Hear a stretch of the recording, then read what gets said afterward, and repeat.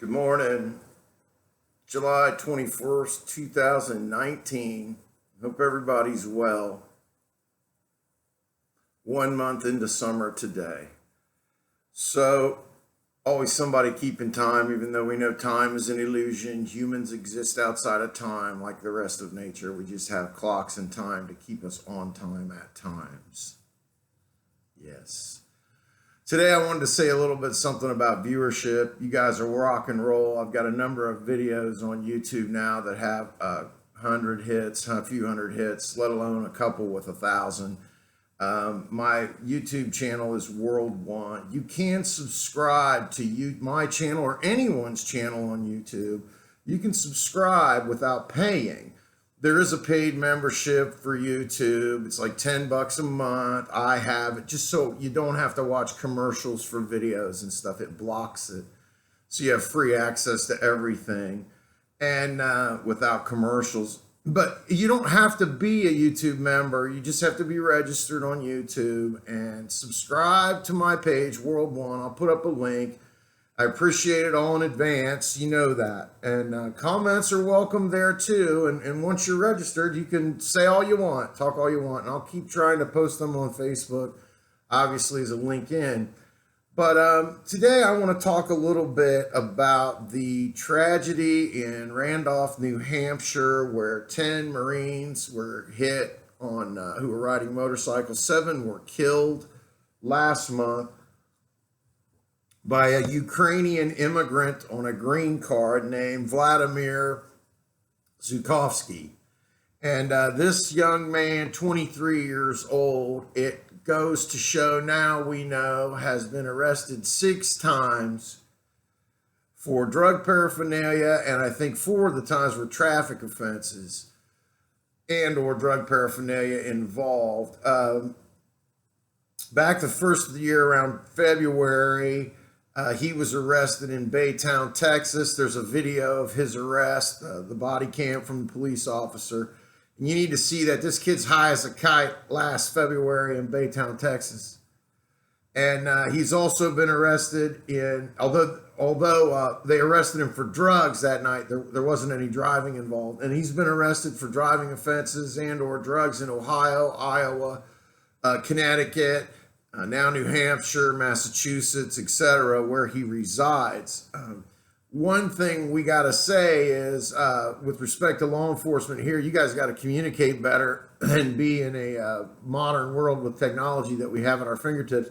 But unfortunately, it looks as though New England still thinks it's its own country, and not just when it comes to the Patriots.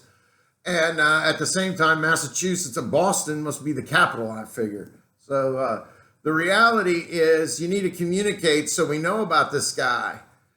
So high in Baytown, Texas, that other arrests in the middle, and in February, he ends up back down there 3 weeks before he kills the Marines. He rolls a tractor trailer in Baytown, but he wasn't on drugs or he wasn't high or nothing, so they had to just call it an accident. 3 weeks later, he kills 3 Marines. He kills 7 Marines, and 3 were wounded horribly. Now, you know, these guys already went through war once, one way or another, and now we're killing them. So we got to look at this as an immigration problem over and above those people who want to come in from Honduras through Mexico or whatever and vote in California and act like it should go for all the United States and the things that have been going on for 15, 20 years under Pelosi and them out there. We know illegals have been voting. Texas caught a bunch of votes like that this past election for the president. Now, the reality is we got problems, serious problems. If we got a person on a green card getting arrested 6 times and then killing 7 Marines and fatal, almost killing 3 more, wounding 3 more. I hate to say that word with Marines wounded. It's horrible. Now, the reality is, but it's human life more than anything else. We got serious problems, as I said. It needs to be figured out. We've got to change our immigration practices to meet the real world. It's not about coming to America to change it your way. It's about coming to America to do it our way and then finding your own way. You have to almost be born and raised here for a point to get it. But I know a lot of people who've adapted. And I want to say this. I knew a Polish couple up in Manistee, Michigan. They came out of World War II. He had been in a concentration labor camp, if you will. And when they got to America after the war, he knew a trade when he was young to make dentures. And in Manistee, Michigan, he made dentures for over 35 years. And when I met him and his wife were just then getting citizenship after 36, 37, almost 37 years. And they had took the test and done everything. It took them over 35 years for them to get citizenship. And he was making dentures the whole time for the people of the community in the area. By the time they got their citizenship, their daughter was a dentist with her own office. Reality is, what is immigration now? You run across the border, we'll let you vote. You come across the border on a green card and want to get arrested 6 times around the United States for drug and driving offenses, which happens to be your job, and then go on to kill 7 Marines and wound 3 others.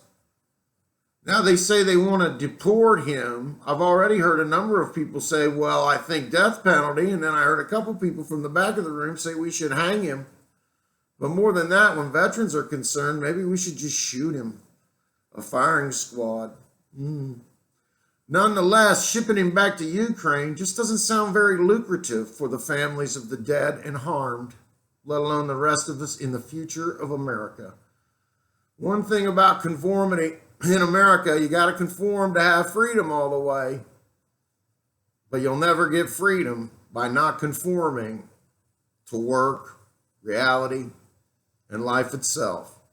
It's like I always say to the young guys, you'll never get laid if you act like that. I hope you have a good day. Peace out, y'all.